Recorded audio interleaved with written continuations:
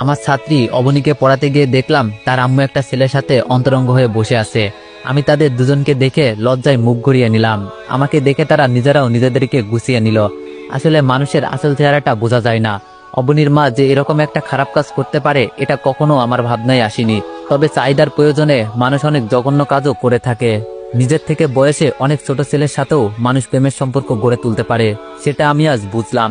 আমি কিছু বলার আগেই অবনীর মা আমাকে বলল, অবনী তো এখনো স্কুল থেকে ফেরেনি, আর আজ তুমি এত আগেই পড়াতে আসবে সেটা বলবে না?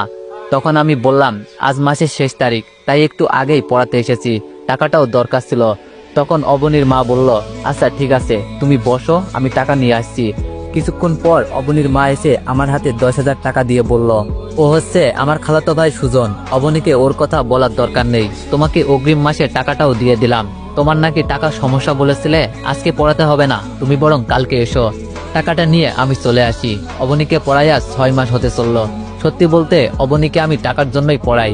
অবনীর বাবার টাকা পয়সার কোনো অভাব নেই, তাই বাবা বিদেশে থাকেন, তাই আমাকে মাস শেষে 5,000 টাকা দিতে কোনো সমস্যা হয় না। 10,000 টাকা পেয়ে সেখান থেকে মাকে 4,000 টাকা দিলাম, আর বোনকে 1,000 টাকা। বাকিগুলো আমার প্রয়োজনে কাজে লাগবে, রেখে দিলাম। মাকে দেওয়া এটা আমার প্রথম কোনো উপহার। আমি এর আগে কখনো মাকে টাকা দিইনি। টাকা দেওয়ার পর মায়ের চোখে যে আনন্দটা দেখেছিলাম সেটার কাছে পৃথিবীর সব আনন্দ তুচ্ছ। 1,000 টাকা পেয়ে আমার বোন এতটা খুশি হবে ভাবিনি। কিন্তু যখন টাকা পেয়ে সে আমাকে খুশিতে জড়িয়ে ধরে ভাইয়া বলল, তখন মনে হলো এমন বোনের জন্য জীবনে কিছু করতে না পারলে জীবনের কাছে ঋণী হয়ে থাকবো। পরের দিন অবনীকে পড়াতে গিয়ে দেখলাম অবনী খুব সুন্দর করে সেজেছে। আকাশি রঙের শাড়িতে মেয়েটাকে অন্য দিনের চেয়েও আজ একটু বেশি সুন্দর লাগছে। তাই পড়ানোর সময় তার দিক থেকে কেন জানি চোখ সরাতে পারছিলাম না। আমার এমন অবস্থা দেখে অবনী বলল, স্যার আপনার কি কোনো গার্লফ্রেন্ড আছে? নিজের ছাত্রীর মুখে এমন প্রশ্ন শুনে কিছুটা আইনজীবী ফিল করলাম। তারপরেও ধমক সুরে বললাম, এসব কি প্রশ্ন অবনী? আমার গার্লফ্রেন্ড দিয়ে তুমি কি করবে? বাচ্চাদের এসব জানতে হয় না, তুমি পড়াশোনায় মনোযোগ দাও। তখন অবনী বলল, কে পিসি, দেখেন আমি কত বড় হয়ে গেছি, আর ক্লাস 9-এ পড়া একটা মেয়েকে বাচ্চা বলা মোটেও উচিত না।